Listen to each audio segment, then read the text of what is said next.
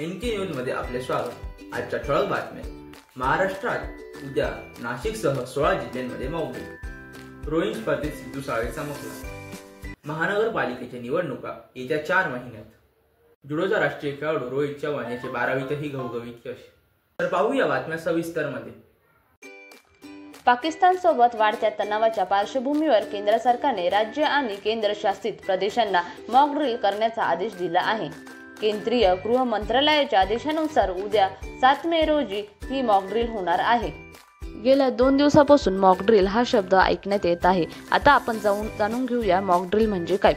दर देशात झालेल्या हवाई हल्ला झाल्यास सायरन वाजवून लोकांना अलर्ट करणे, रात्रीच्या वेळी सायरन वाजला तर ब्लॉकआउट कसे करायचे, हल्ला झाल्यास पडझड झाली आणि काही दुखापत झाल्या तर त्यांना उपचार कसे करायचे किंवा दुखापतग्रस्तांची सेवा कशी करायची, त्यात विद्यार्थी, नगरसेवक आणि एनसीसीचे छात्र यांचा सहभाग कसा असला पाहिजे असे मॉक ड्रिल मध्ये केले जातील।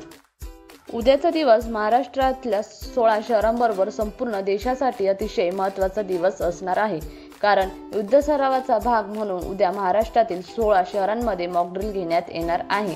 महाराष्ट्रातील ज्या 16 ठिकाणी मॉक ड्रिल होणार आहे त्यांची नावं मुंबई, तारापूर, पुणे, ठाणे, नाशिक, मनमाड, सिन्नर, पिंपरी चिंचवड, औरंगाबाद, भुसावळ, रायगड, रत्नागिरी, सिंधुदुर्ग या 16 ठिकाणी युद्धाचे मॉक ड्रिल होणार आहे। पुढील बातमी। पुणे येथे झालेल्या राज्यस्तरीय रोईंग स्पर्धेत सिद्धू साळवे यांनी सुवर्ण पदक जिंकले। आता राष्ट्रीय स्तरावर हैदराबाद येथे 26 मे रोजी तो खेळणार आहे। सिद्धू याला ऑलिम्पिकपटू दत्तू भोकनळ यांचे मार्गदर्शन लाभत आहे। तर पाहूया पुढील बातमी। राज्यातील स्थानिक स्वराज्य संस्थांच्या निवडणुका पुढील 4 महिन्यात घ्या असा महत्त्वपूर्ण आदेश सर्वोच्च न्यायालयाने दिला आहे। त्यामुळे राज्यातील मुंबई, पुणे, नाशिक, नागपूर यासह रखडलेल्या महानगरपालिका आणि नगरपालिकांच्या निवडणुकीचा मार्ग मोकळा झाला आहे। एनके न्यूजसाठी अस्मिता खैरनार, नाशिक। जाऊया पुढच्या बातमीकडे।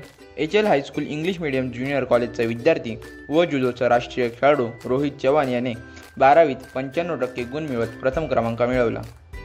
रोहित चव्हाण याने प्रथम क्रमांक मिळवल्याबद्दल त्याचे प्राचार्य चौधरी, उपप्राचार्य प्रगारे तसेच जुडो प्रशिक्षक योगेश शिंदे, विजय पाटील, स्वप्नील शिंदे, सुहास मैन आदींनी अभिनंदन केले। एनके न्यूजसाठी स्वप्नील खैरनार, नाशिक। आता वेळ झाली इथेच थांबणे। तोपर्यंत नमस्कार।